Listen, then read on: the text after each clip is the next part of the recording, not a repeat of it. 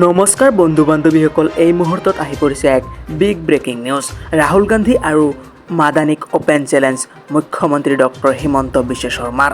সাহস আছে যদি অসমীয়াৰ লগত যুঁজি চাওক, অসমীয়াৰ লগত যুঁজি চাওক, অসমীয়া জাগিছে। এই জাতিক আপোনালোকে আৰু ধৰি ৰাখিব নোৱাৰিব। শেষ বিন্দু ৰক্ত থকালৈকে আমি যুঁজি যাম। কেৱল যুঁজিম এনে নহয়, যুঁজিম আৰু জিকিম, এয়া আমাৰ মূল সংকল্প। মই মাদানী আৰু ৰাহুল গান্ধীক এটা কথা ক'ব বিচাৰোঁ, আপোনালোকে যিমান ধমকি দিব, অসমে লাচিতৰ হেংদাং আকৌ এবাৰ হাতত তুলি ল'ব। আমি প্ৰমাণ কৰিম অসমীয়াই কেনেকৈ জীয়াই থাকে।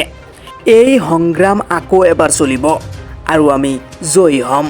গৃহমন্ত্ৰী অমিত শ্বাহৰ সন্মুখত মুখ্যমন্ত্ৰী ডক্টৰ হিমন্ত বিশ্ব শৰ্মাৰ ভাষণ।